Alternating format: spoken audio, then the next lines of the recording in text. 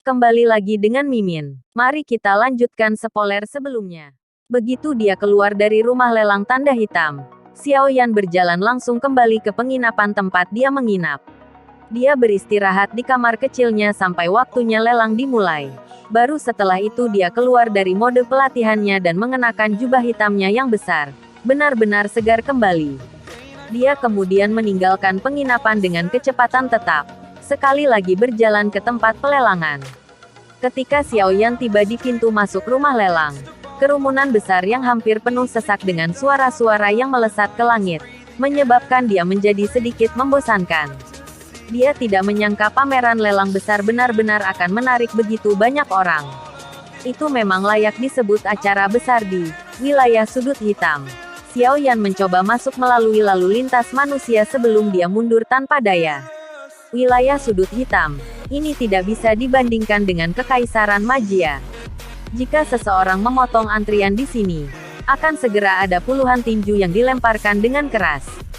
Bagaimanapun, temperamen orang-orang di wilayah sudut hitam tidak selembut orang-orang di dunia luar.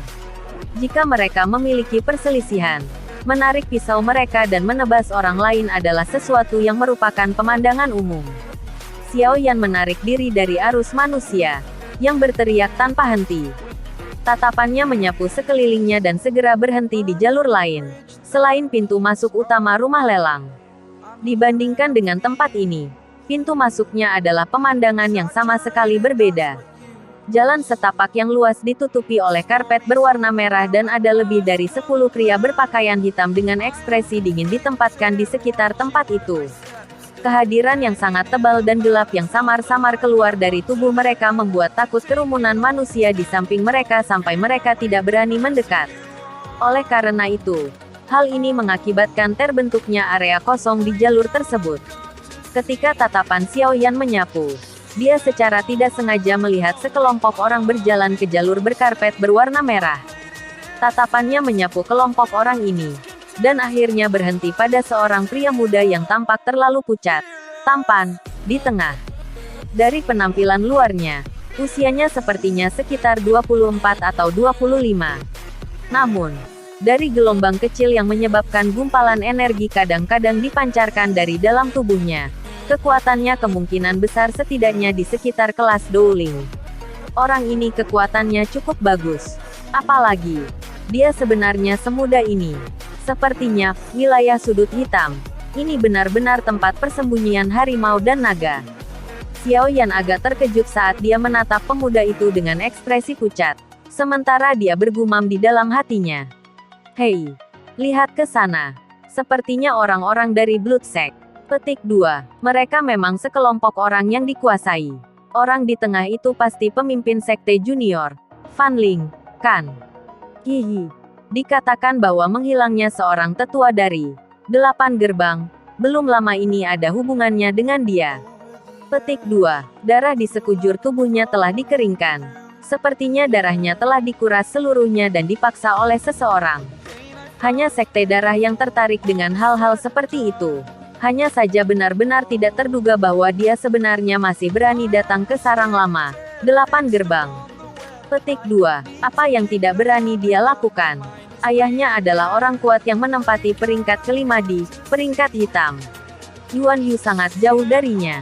Selain itu, kekuatan sekte darah lebih besar dari 8 gerbang. Apakah mereka berani menyentuh Fan Ling di sini? Apakah mereka tidak takut ayahnya akan membawa orang dan membasuh Black Mark City dengan darah dalam kemarahannya? Petik 2. Xiaoyan tiba-tiba menyadari saat dia mendengar percakapan pribadi yang ditransmisikan dari aliran manusia. Tatapannya sekali lagi tertuju pada wajah pemuda itu, dan mengingat faksi yang disebut sekte darah jauh di dalam hatinya. Tampaknya merasakan tatapan yang agak berbeda. Pemuda itu, yang hendak memasuki rumah lelang, tiba-tiba menghentikan langkahnya. Dia memiringkan kepalanya sedikit dan matanya yang sangat dingin, yang tidak memiliki emosi sekecil apapun, melirik langsung ke Xiaoyan, yang seluruh tubuhnya tersembunyi dalam jubah hitam, berdiri agak jauh. Segera, dia mengangkat alisnya sedikit. Ragu-ragu sejenak sebelum memasuki rumah lelang sambil membawa beberapa keraguan di antara alisnya. Wilayah sudut hitam. Ini sepertinya tidak memiliki banyak orang normal. Tatapan tebal dan dingin pemuda itu menyebabkan Xiao Yan memiliki perasaan tertentu ditatap oleh kelelawar penghisap darah dari dalam kegelapan. Dia mengulurkan tangannya sambil tertawa getir di dalam hatinya.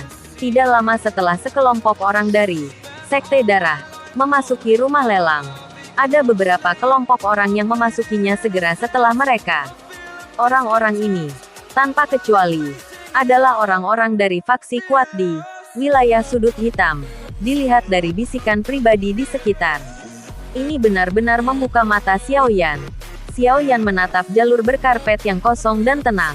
Dia kemudian menatap pintu masuk utama, yang penuh dengan orang, dan tidak bisa menahan perasaan terdiam. Yang mereka miliki hanyalah beberapa kartu VIP yang rusak. Apa yang bisa dibanggakan? 8 gerbang. Ini hanya mengincar uang. Aku yang dulu setidaknya melelang barang-barang yang bernilai lebih dari 50.000. Tapi aku tidak melihat mereka memberiku satu. Sama seperti tatapan Xiao Yan yang menyapu jalur berkarpet. Seorang pria kurus di sisinya, yang juga didorong oleh aliran manusia, juga melihat ke jalur berkarpet dan tanpa sadar mengutuk dengan lembut. Namun, dari matanya, terlihat jelas bahwa dia sangat cemburu. Kartu VIP. Hati Xiao Yan tergerak saat mendengar ini. Dia juga ingat bahwa orang-orang sebelumnya sepertinya telah mengeluarkan kartu dari dalam lengan baju mereka saat memasuki jalur. Dia menggosok cincin penyimpanannya dan sebuah kartu zamrud melompat keluar. Xiao Yan ingat bahwa lelaki tua di ruang pemeriksaan harta karun telah mengatakan bahwa benda ini adalah kartu VIP kelas 2. Bukan. Apa yang kamu lihat? Apakah Anda sedang mendekati kematian? Tampaknya telah merasakan tatapan Xiao Yan, yang terbungkus jubah hitam, terlempar. Pria kurus itu segera menunjukkan ekspresi ganas dan berbicara dengan ganas. Xiao Yan mengabaikan orang gila ini dan langsung berjalan menuju jalur berkarpet di bawah tatapan tertegun yang terakhir. Orang ini. Pria kurus itu melengkungkan bibirnya saat melihat aksi Xiao Yan. Sebelumnya, dia juga melihat Xiao Yan keluar dari aliran manusia. Oleh karena itu, dia secara alami tidak akan berpikir bahwa orang ini, yang berpakaian sangat lusuh, benar-benar dapat memiliki kartu VIP dari rumah lelang tanda hitam ini. Lagi pula, mereka yang memiliki kartu itu berasal dari beberapa faksi yang cukup kuat, atau mereka yang telah melelang barang senilai lebih dari 2 juta koin emas untuk mendapatkan kartu VIP kelas 3. TL. Nilai kartu VIP. Semakin rendah angkanya semakin baik, misalnya yang pertama lebih baik daripada yang kedua. 2 juta. Bagi kebanyakan orang di wilayah sudut hitam, harga ini adalah jumlah yang sangat besar yang bisa diharapkan, tetapi tidak akan pernah bisa diperoleh. Poin ini bisa dilihat dari bagaimana Xiao Yan hanya mendapatkan hadiah 5.000 koin emas untuk melindungi Duoma sepenuhnya. Xiao Yan adalah seorang dadoshi, namun kompensasinya masih sangat rendah. Perlu diketahui bahwa seorang dadoshi layak untuk memulai klan di Kekaisaran Jiama. Di dunia ini, tidak mudah untuk mendapatkan uang. Jika tidak, beberapa dadoshi, doling, atau bahkan doowang dalam wilayah sudut hitam tidak akan bisa menukik begitu rendah sehingga harus menjadi pembunuh. Tentu saja, ini tentu saja tidak termasuk sang alkemis, yang merupakan pekerjaan yang menyebabkan orang menjadi iri yang tak tertandingi. Lagi pula, persyaratan bawaan yang keras dari seorang alkemis telah melenyapkan hampir 90% orang ke titik di mana mereka hanya bisa memimpikannya. Karena alasan yang disebutkan di atas, pria kurus itu diam-diam mengejek Xiao Yan saat melihat tindakan Xiao Yan. Tentu saja, ejekannya tidak berlangsung lama dan ekspresi ganas di wajahnya berubah menjadi kaku.